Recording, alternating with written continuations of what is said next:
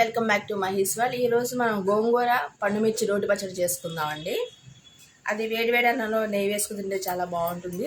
ఇవి పచ్చిమిరపకాయలన్నీ ముదిరి అనుకుంటండి. ఈసారి పండుమిరపకాయలుగా అయిపోయినాయి చాలా వరకు. ఇవి చూడగానే నాకు కొంచెం గోంగూర ఉంది ఇంట్లో. పండుమిరపకాయ గోంగూర రోటి పచ్చడి చేయాలనిపించింది. ఇందులో నా పండుమిరపకాయలన్నీ తీసి శుభ్రంగా కడిగి నేను గోంగూర వేసి రోటి పచ్చడి చేస్తానండి. ఇవి మనం ప్రత్యేకంగా పండుమిరపకాయలు తెచ్చుకోకుండా ఇట్లా ఇంట్లో ఉన్నప్పుడు మనం చేసుకోవచ్చు. ఇవి కొంతమంది ఎండబెడుతూ ఉంటారు, కొంతమంది అయితే తీసేస్తూ ఉంటారండి. ఏదో కూరలో మామూలుగా వేస్తారు. అలా కాకుండా కొంచెం ఇలా పండినవి గోంగూరలో కానీ టమాటాలో కానీ వేసి మనం పచ్చడి చేసుకుంటే బాగుంటుంది రోటి పచ్చడిగా. బాండీ పట్టి ఆయిల్ వేసానండి. ఇప్పుడు మనం చింతపండు వేద్దాం. దానిలో అది గింజ ఎన్నులు లేకుండా శుభ్రంగా తీసేసుకోవాలి.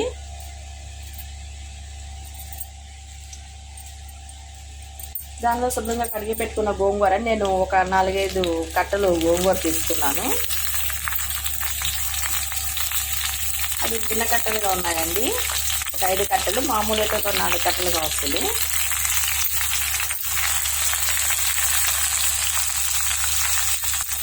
మనం నిల్వ పచ్చడి చేస్తే శుభ్రంగా కడిగి ఆరబెట్టాలండి. తడి లేకుండా గోంగూరకు రోటి పచ్చడే కదండి. నేను మామూలుగా కడిగి వేసేస్తున్నాను.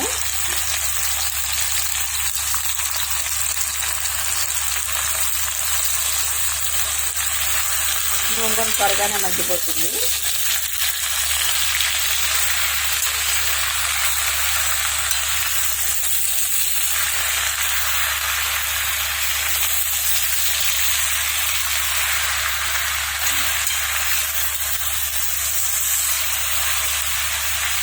గోంగూర పచ్చడికి ఏదైనా సరే కొంచెం ఆయిల్ ఎక్కువగా ఉంటేనే బాగుంటుంది కదండి. కొంచెం ఆయిల్ వేసినా పర్వాలేదు. మనకి అడుగంటకుండా గోంగూర బాగా ఫ్రై అవుతుంది.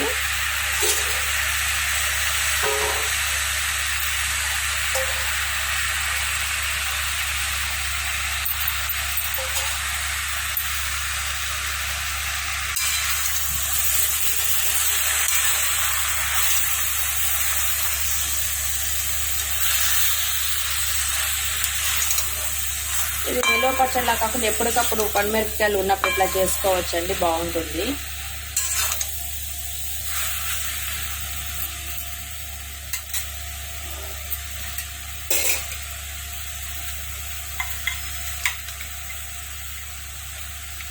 ఆ వేడిలోని కొన్ని వెల్లుల్లి గబ్బాలు కూడా వేద్దామండి. గోంగూర ఫ్రై అయిందండి. నేను స్టవ్ ఆఫ్ చేసేస్తున్నాను. అది ఆరేలోపు మనం పండుమిరపకాయలు మిక్సీ పట్టుకుందాము. ఇంట్లో టేస్ట్కి సరిపడిన సాల్ట్ వేద్దామండి. అది గోంగూర కదా, చింతపండు కూడా వేసాం కదా, 2 స్పూన్ల వరకు పడుతుంది. ఈ గోంగూరతో పాటు మనం వెల్లుల్లి తిప్పితే జారిపోతూ ఉంటుందండి మిక్సీ జార్కి. అందువల్ల మనం ఇది తీసేసి ముందు ఒక్కసారి మిక్సీ జార్లో వేసి తిప్పుదామండి.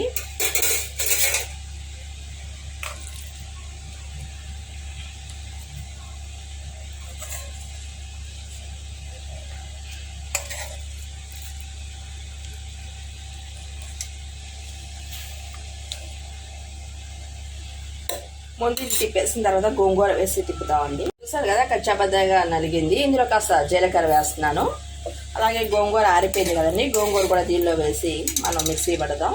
తాలింపు వేస్తున్నానండి, వెల్లుల్లి వేస్తున్నాను. అలాగే ఎండుమిర్చి, ఆవాలు, జీలకర్ర, మినపగుళ్ళు ఎక్కువ అవసరం లేదండి, ఇవే.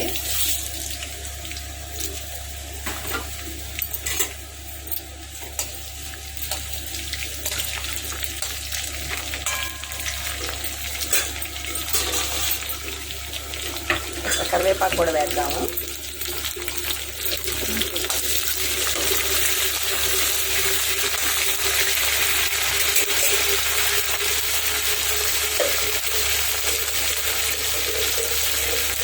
గోంగూర పచ్చడి ఇంగువ బాగా టేస్ట్ ఇస్తుందండి. తాలింపు బాగా ఫ్రై అయిందండి. వేడివేడలో చాలా బాగుంటుంది. మీరు ట్రై చేయండి. నచ్చితే లైక్ చేయండి, షేర్ చేయండి, సబ్స్క్రైబ్ చేసుకోండి. Thank you for watching.